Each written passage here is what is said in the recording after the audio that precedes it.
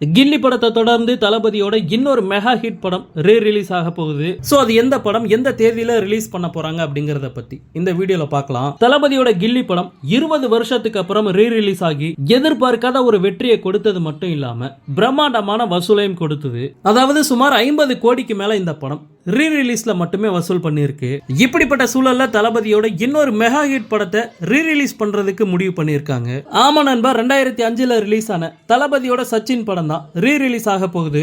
John Mahendran டைரக்ஷன்ல release ஆன சச்சின் படத்துக்கு ரசிகர்கள் மத்தியில மிகப்பெரிய ஒரு வரவேற்பு இருந்துச்சு.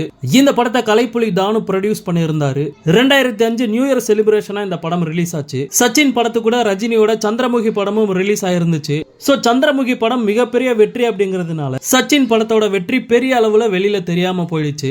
ஆனாலுமே இன்னைக்கு வரைக்கும் சச்சின் படத்தை ரசிகர்கள் கொண்டாடிக்கிட்டு தான் இருக்காங்க. கில்லி படத்தை எத்தனை டைம் பார்த்தாலுமே சலிக்காது. அதே மாதிரி தான் சச்சின் படமும் எத்தனை தடவை பார்த்தாலுமே போர் அடிக்காது. ஒரு கலகலப்பான தளபதியை நம்ம படம் ஃபுல்லாவே பார்க்கலாம். சோ இப்ப வரைக்கும் சச்சின் படத்துக்கு ரசிகர்கள் மத்தியில ஒரு நல்ல பேர் இருந்துகிட்டு இருக்கு. இப்படிப்பட்ட சூழல்ல அடுத்த வருஷம் ஏப்ரல் மாசம் இந்த படத்தை ரீ-ரிலீஸ் பண்றதுக்கு முடிவு பண்ணிருக்காங்க.